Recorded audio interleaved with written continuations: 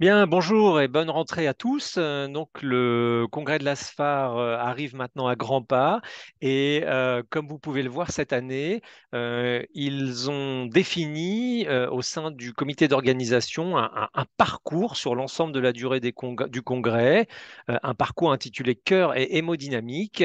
Et au sein de ce parcours que vous pourrez dérouler chaque jour, eh bien, on trouve les deux sessions Sfar Arkotova que le comité Arkotova avait donc proposé.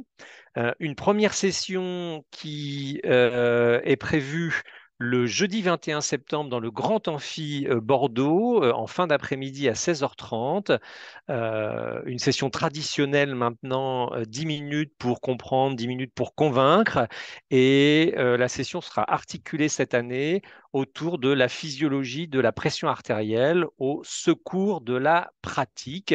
Et donc, nous écouterons successivement 6 orateurs nous présenter en moins de 10 minutes, de manière flash, pourquoi il faut éventuellement mesurer la pression artérielle en continu plutôt qu'en discontinu, pourquoi ce PAM égale 65 mm de mercure, pourquoi la PAD est importante pour le cœur, pourquoi la pression pulsée peut être une estimation du débit cardiaque et est-elle fiable, quand faut-il se soucier de l'existence potentielle d'un gradient aortoradial, et enfin, quel est l'intérêt théorique et probablement pas seulement d'une approche balancée ou multimodale de l'utilisation des vasopresseurs.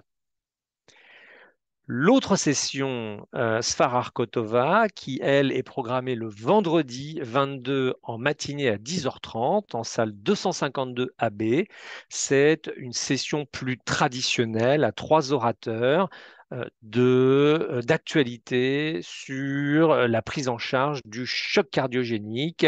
Et donc, successivement, nous parlerons de la ventilation du patient en choc cardiogénique parce que c'est vrai que c'est probablement quelque chose d'essentiel qui est peut-être pas négligé, mais pas très souvent abordé.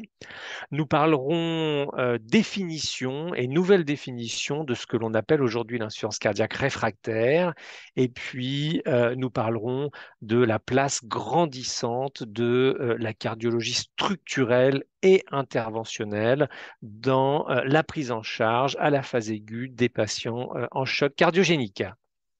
Donc, on espère vous retrouver et on vous attend très nombreux à la SFAR sur ces sessions, spécifiquement SFAR Arkotova et plus globalement pour ceux que ça intéresse au sein de ce grand parcours cœur et hémodynamique 2023.